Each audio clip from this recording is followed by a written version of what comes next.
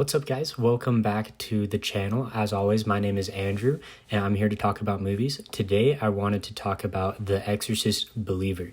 So I actually just got out of the theater for this movie, and this is a movie that I've actually been looking forward to for some time now. I'm a big fan of the original Exorcist. It's definitely one of my favorite horror movies, and it's a beloved horror classic as well. I was really excited when I heard about this movie.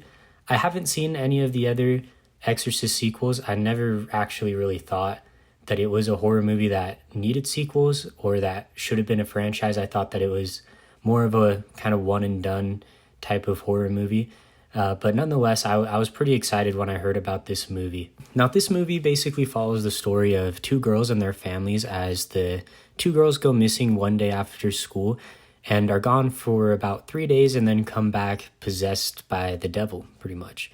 So starting out with what I really liked about the movie, I thought that all of the acting in the movie was super great, especially the two girls. I thought that they did a super great job of being very creepy, especially outside of the possession. When they first come back, there's kind of this middle ground period where they're not really fully possessed, but they're kind of like out of it. And I thought that they did a super great job there. And then in the possession, I mean, it was super great. There was one thing that I really didn't like. You could definitely tell in this movie more than other possession movies that the kind of like creepy possessed voice was dubbed and it wasn't like them doing it. It kind of stood out a little bit to me, but that's something that I feel like I can look past. I also thought that Leslie Odom Jr. did a really great job as well. The movie mainly follows him and how he deals with all of the stuff that's going on with his daughter. I kind of wish that the movie did focus more on both families instead of just on him. I thought that was kind of interesting, but nonetheless, I thought that he did a super great job.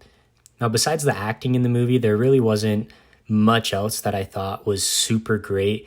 The movie relied a lot on jump scares and loud noises for the horror elements, which I was not the biggest fan of. I feel like all horror movies nowadays are kind of relying on just jump scares, and it's gotten kind of boring. I wish that directors would branch out a little bit more. I mean, I watched like Ari Aster movies and I look at those and those are pretty freaky and they don't really rely a lot on jump scares. So maybe people should start trying stuff like that. There were maybe like two scenes that I really thought stuck out to me as kind of scary that were really cool. But besides that, the rest of the movie I felt like was pretty forgettable. Overall, The Exorcist Believer was a really cool idea and concept, but it kind of fell flat. Now, the movie isn't really like a super bad movie. I feel like I'm talking a lot of crap on it. It's definitely watchable. It just didn't really land with me. I was expecting a little bit more, which I guess is probably my fault going into the movie expecting a lot from a legacy sequel.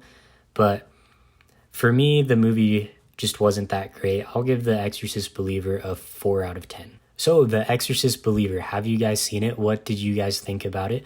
Be sure to let me know down below. I'd love to hear your thoughts in the comments.